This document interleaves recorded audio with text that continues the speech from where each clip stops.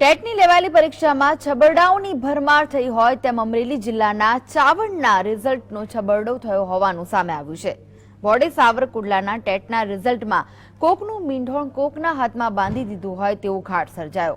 વિદ્યાર્થીઓના રિઝલ્ટમાં ફોટોમાં મોટા પાયે છબરડા સામે આવ્યા છે, જેથી વિદ્યાર્થીઓ હતાશ થઈ ગયા છે અને પોતાના ભવિષ્યની ચિંતા તેમને સતાવી રહી છે। રાજ્યમાં લેવાતી પરીક્ષામાં અનેક છબરડાઓ સામે આવે છે, ત્યારે સાવરકુંડલામાં ટેટની પરીક્ષામાં બોર્ડે ગંભીર પ્રકારનો છબરડો કરતા એક વિદ્યાર્થીનીનું ભવિષ્ય ઝોલા ખાઈ રહ્યું છે।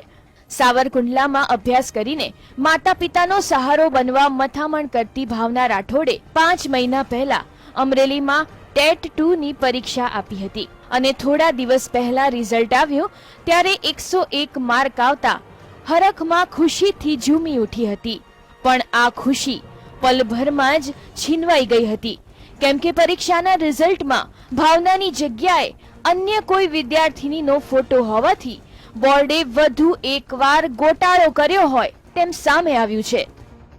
26/7/2015 ના રોજ ટેટ 2ની એક્ઝામ આપેલી અને એમાં પહેલા મારા 98 માર્ક આવેલા, પછી માર્કનો વધારો થતા 101 થયેલા અને ત્યાર પછી 5 મહિના પછી તેનું માર્કશીટ આવતા તેમાં મારા ફોટાની જગ્યાએ બીજા કોઈકનો ફોટો આવેલો છે।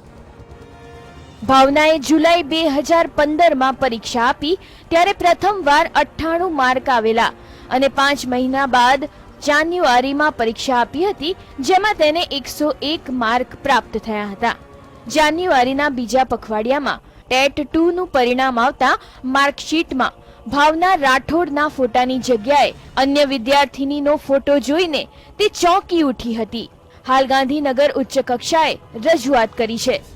મેં આ પહેલા પણ ટેટની એક્ઝામ 4 વાર પાસ કરેલી છે, પણ હવે આ ફોટા બદલાવાને લીધે જો મેરિટમાં નામ નહીં આવે તો મારા ભવિષ્યનું શું? ભાવનાએ આ પહેલા પણ ટેટની પરીક્ષા 4 વાર આપી છે અને હવે ઉચ્ચ ગુણ સાથે પાસ થઈ ગઈ છે, તો બોર્ડે કરેલા રિઝલ્ટના છબરડાને લીધે વિદ્યાર્થીનીનું ભવિષ્ય અંધકારમય બન્યું હોય તેમ લાગી રહ્યું છે।